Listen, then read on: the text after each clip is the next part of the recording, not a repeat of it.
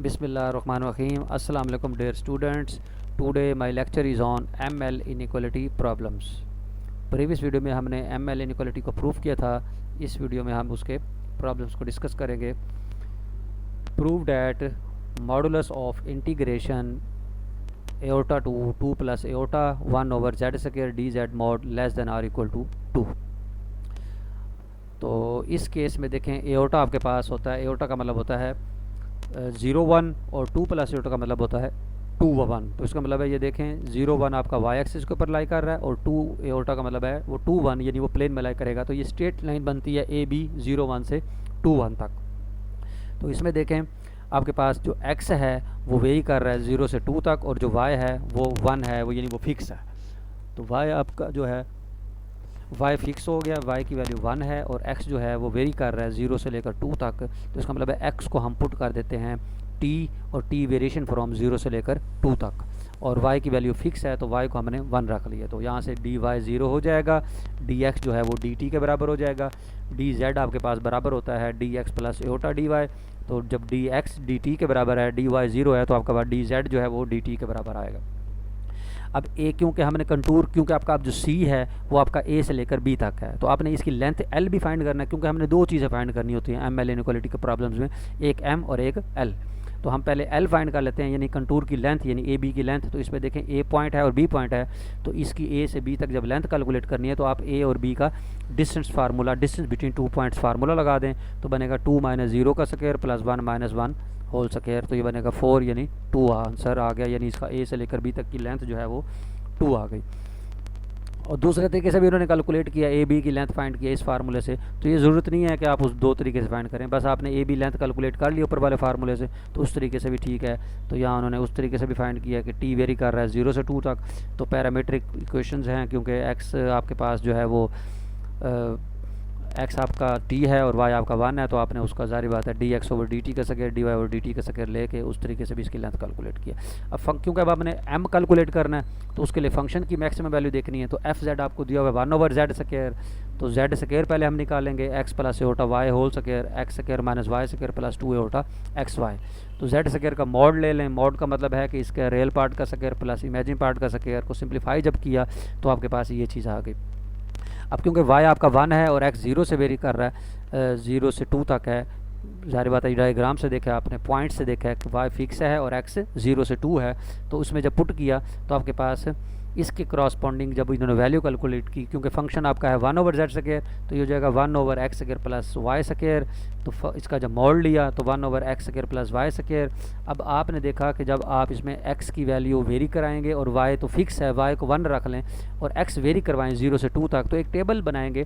तो टेबल में जब उसकी वैल्यूज़ पुट करेंगे, हम 0 पुट करेंगे, फिर 1, फिर 0, 0.5, 0.3, 0.7, 0.8, 9, 1 तक जब पुट करेंगे तो उस इंटरवल के अंदर यानी 0 से 2 तक, यानी 2 का मतलब है कि आप उसमें 2 भी पुट करेंगे, यानी 0 पुट करें, 1 पुट कर दें, 1.5 पुट कर दें, 2 पुट कर दें तो उसकी वैल्यूज़ देखें, उसकी वैल्यू सबसे बड़ी वैल्यू जो हो रही होगी वो 1 होगी. इसका मतलब है कि इस फंक्शन की जो मैक्स वैल्यू जो है एब्सोल्यूट वैल्यू उस इंटरवल में 0 से 2 में वो less than or equal to 1 आ रही है. जिसका मतलब है आपका जो m है वो 1 हो गया, यानी मैक्सिमम वैल्यू क्या हो गई 1 हो गई.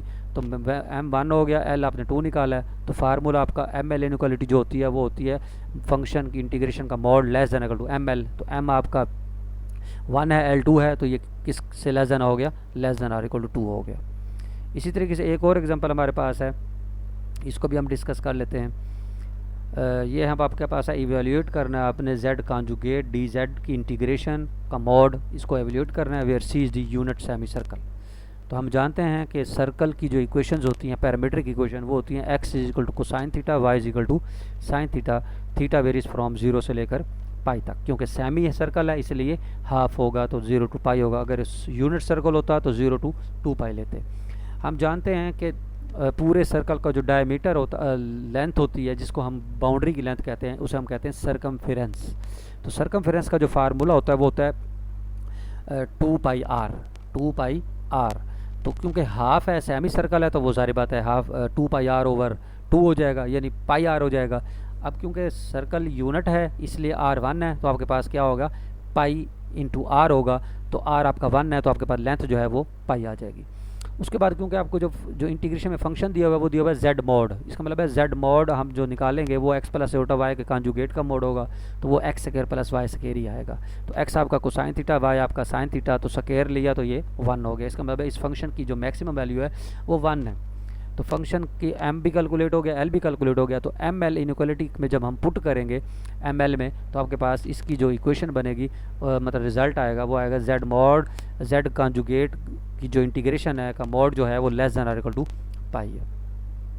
इसी तरीके से एक और क्वेश्चन आप देख लेते हैं, इसमें है x square plus iota Y का स्क्वायर डी जेड का जो मॉड है इंटीग्रेशन वो less than equal to pi है। C denote this semi circle ends हैं Z is equal to plus minus iota are the ends of diameter, यानी minus iota से लेकर प्लस एओटा तक है। और ये भी उसी तरीके से सेमी सर्कल है, तो इसकी भी जो लेंथ निकलेगी प्रीवियस क्वेश्चन के मुताबिक लेंथ सी निकलेगी। सिर्फ आपने एम निकालना है, तो एम निकालने के जो आपको फंक्शन दिया हुआ है x square plus iota Y का स्क्वायर, इसका मॉड ले लें तो ये आएगा x4 प्लस y4, क्योंकि z is equal to minus iota से प्लस एओटा है। तो देखिए माइनस एओटा है 0 व -1 से वाई पॉजिटिव एओटा यानी जेड एओटा है वो 0 1, तो इसमें x 0 है, y -1 से 1 है। इसका मतलब है x 0 पुट करेंगे जब हम उसमें, तो x 0 तो ये आएगा y की पावर 4 का स्क्वायर रूट, यानी y स्क्वायर आ गया। इसका मतलब है जब y क्योंकि -1 से 1 तक वेरी कर रहा है, तो इसका मतलब है उसकी जो लेंथ होगी वो आपके पास जो आएगी, उसकी जो मैक्सिमम वैल्यू आएगी वो ज़ाहिर बात है 1 नहीं आएगी, क्योंकि जब y स्क्वायर का आंसर है तो जब आप -1 और 1 के दरमियान जो भी पुट करेंगे तो y का 1 का स्क्वायर तो 1 नहीं होता है, इसलिए उसकी मैक्सिमम वैल्यू 1 और लेंथ आपके पास जो है वो पाई आएगी। तो इसका मतलब है उसकी जो इंटीग्रेशन होगी वो लेस देन इक्वल टू पाई हो जाएगी। Thank you.